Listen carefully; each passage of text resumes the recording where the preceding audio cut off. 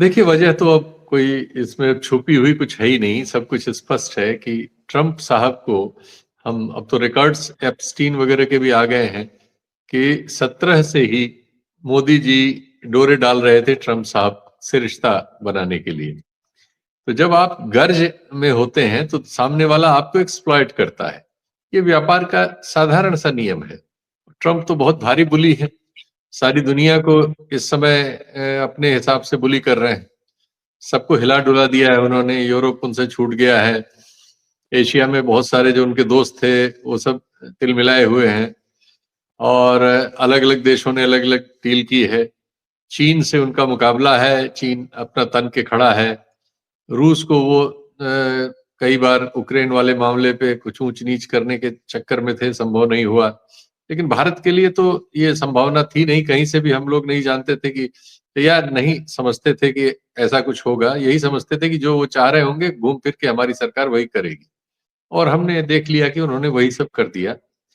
अब वो हमारे कृषि क्षेत्र को भी खोल दिया। हम पर उन्होंने लाद दिया कि आपको 500 बिलियन का खरीदारी करनी है अब अमेरिका से। अमेरिका से जो हमारा व्यापार था, वो दोनों का वो एक्सपोर्ट इंपोर्ट दोनों मिला के 170-180 बिलियन का कुल था।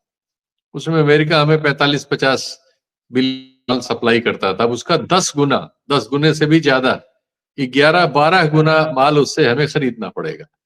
तो जाहिर है कि हमारे पास जो उसको हम बेच सकते थे वो हम बेचते रहे हैं।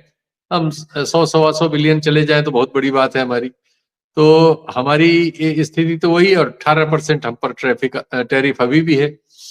हमारे जो सहयोगी हैं जिनसे मुकाबला हमारा होगा, वियतनाम और इंडोनेशिया, चाइना भी एक हद तक, चलो चाइना पे टैरिफ ज्यादा है, 35% है, लेकिन ये दोनों तो 1-1% का डिफरेंस है, 19-20 है ये सब। तो इसमें कोई डिफरेंस नहीं है। बांग्लादेश है, इसमें भी थोड़ा सा ही डिफरेंस है।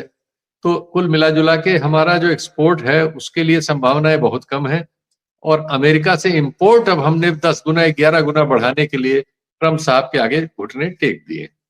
ये इस डील का मर्म है।